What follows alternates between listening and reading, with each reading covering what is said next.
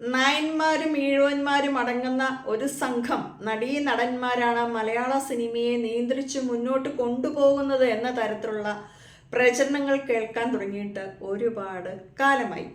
എന്നാൽ ഈ ജാതി ചിന്ത തന്നെ മാറ്റിക്കളയേണ്ട കാലമായില്ലേ? ഈ ജാതിവാല് കൊണ്ടു നടക്കുന്ന വളരെ മോശമല്ലേ എന്ന് ചോദിക്കുമ്പോൾ മറ്റു ചിലർ ഈ ജാതിവാൽ ഒരു അലങ്കാരമായിട്ട് തന്നെയാണ് കൊണ്ടു നടക്കുന്നത്.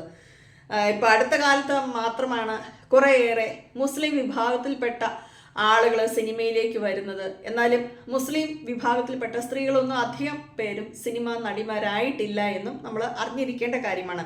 അപ്പോൾ മലയാള സിനിമയിലെ കുറേ പ്രശസ്തരായ നടിമാർ ഇവരുടെ ജാതി എന്താണെന്നൊക്കെ നമുക്ക് വേണമെങ്കിൽ പെട്ടെന്നൊന്ന് ചിന്തിച്ചു നോക്കാം.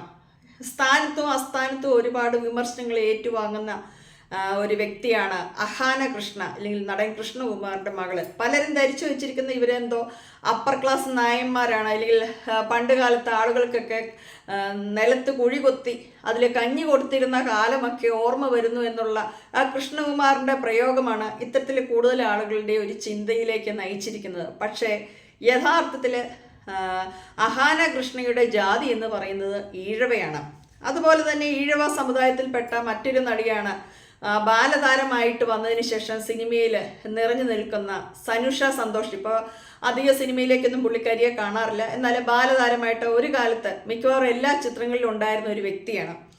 അതുപോലെ ഈഴവ വിഭാഗത്തിൽപ്പെടുന്ന മറ്റൊരു നടിയാണ് സംവൃത സുനിൽ, നമിത പ്രമോദ്.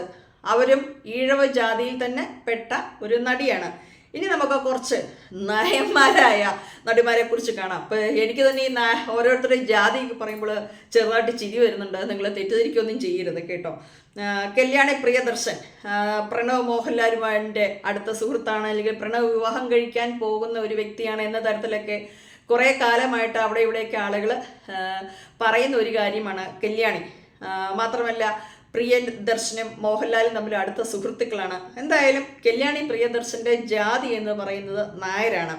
അതുപോലെ നമ്മുടെ ശ്വേത എന്ന നടി ശ്വേത മേനോനാണ്, ഭാവന മേനോനാണ്. എന്നാൽ നവ്യ എന്ന നടി നമുക്കറിയാം, അവർ നവ്യ നായർ, അവരുടെ പേരിൻ്റെ ഒപ്പം തന്നെ ഈ ജാതിവാല് കൊണ്ടു നടക്കുന്ന ഒരു വ്യക്തിയാണ്.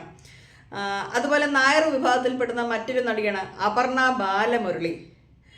ഇപ്പോൾ ഉടനെ വിവാഹം കഴിക്കാൻ പോവുകയാണ് എന്ന തരത്തിൽ ഒരുപാട് വിവാദങ്ങളിൽ പെട്ടുകിടക്കുന്ന ഒരു നടിയാണ് നമ്മുടെ കീർത്തി സുരേഷ്. അപ്പോൾ കീർത്തി സുരേഷും നായർ വിഭാഗത്തിൽപ്പെടുന്ന ഒരു യുവതിയാണ്. അതുപോലെ ശിവത എന്ന് പറയുന്ന ഒരു നടിയുണ്ട്. ശിവതയെ നായർ വിഭാഗത്തിലാണ് ഉൾപ്പെടുന്നത്. ജ്യോതിർമയിയുടെ ജാതി എന്ന് പറയുന്നതും നായരാണ്. എന്നാൽ മഞ്ജു, നമ്മുടെ ദിലീപിൻ്റെ എക്സ് വൈഫ് മഞ്ജു വാര്യർ വിഭാഗത്തിൽപ്പെടുന്ന ഒരാളാണ്. കാവ്യാകട്ടെ സാലിയാർ വിഭാഗത്തിൽപ്പെടുന്ന ഒരു വ്യക്തിയാണ്. അപ്പോൾ നമ്മൾ പറഞ്ഞു കഴിഞ്ഞു, ഈ അപ്പർ ക്ലാസ് വിഭാഗത്തിൽ എന്ന് ഉൾപ്പെടുന്നതിൽ ഇതിൽ പറയാൻ പറ്റുന്ന രണ്ട് പേരെന്ന് പറഞ്ഞാൽ ഒന്ന് ഭാവന മേനോനാണ്, ശ്വേത മേനോനാണ്. പിന്നെ സംയുക്ത വർമ്മ, പണ്ടത്തെ ഒരു നടിയുണ്ട്, ബിജു മേനോൻ്റെ ഭാര്യ വർമ്മ, അല്ലെങ്കിൽ അങ്ങനെയുള്ള ആ വിഭാഗത്തിൽ നിന്ന് വന്ന ആ ഒരു നടിയാണ് അപ്പർ ക്ലാസ് എന്നൊക്കെ വിശേഷിപ്പിക്കാൻ പറ്റുള്ളൂ. ബാക്കി എല്ലാവരും ഈ നായന്മാര്, ഈഴവന്മാര്, അങ്ങനെ ഒരു വിഭാഗത്തിൽപ്പെട്ട നടിമാരാണ് സിനിമയിൽ കൂടുതൽ നിറഞ്ഞു നിൽക്കുന്നത്. മാത്രമല്ല പലപ്പോഴും ഇതിലെ രസകരമായ ഒരു വാർത്ത എന്തെന്ന് പറയുന്നത്, ഈ നായന്മാരുടെയും ഈഴവന്മാരുടെ ഇടയിൽ തന്നെ ഭയങ്കര കോമ്പറ്റീഷനാണ്. ഈഴവ വിഭാഗത്തിൽപ്പെടുന്ന ആളുകളെ അടിച്ചു താഴ്ത്താനാണ് ഇപ്പോൾ നായർ വിഭാഗത്തിലുള്ള ആളുകൾ ശ്രമിക്കുന്നതെന്നൊക്കെ പറഞ്ഞ് ഇങ്ങനെ ചർച്ചകളുണ്ട്. അപ്പോൾ ഈ ജാതിപരമായ ചർച്ചകൾ നിലനിൽക്കുന്നതുകൊണ്ട് മാത്രമാണ് ഈ കുറച്ച് നടിമാരുടെ ജാതിയെക്കുറിച്ച് നമ്മളിവിടെ ചർച്ച ചെയ്തിരിക്കുന്നത്. ഇത് വലിയൊരു വിഷയമായിട്ടൊന്നും കാണണ്ട. പക്ഷേ ചില ആളുകൾക്ക് ഈ നടിമാരൊക്കെ ബ്രാഹ്മിൺസ് ആണോ, അല്ലെങ്കിൽ വലിയ എന്തോ ജാതിയിൽ പെടുന്നവരാണോ എന്നൊക്കെ ധാരണയുണ്ട്. അപ്പോൾ ഇവരുടെ ആളുകളുടെയൊക്കെ ഒരു ജാതി ഇതൊക്കെയാണ്.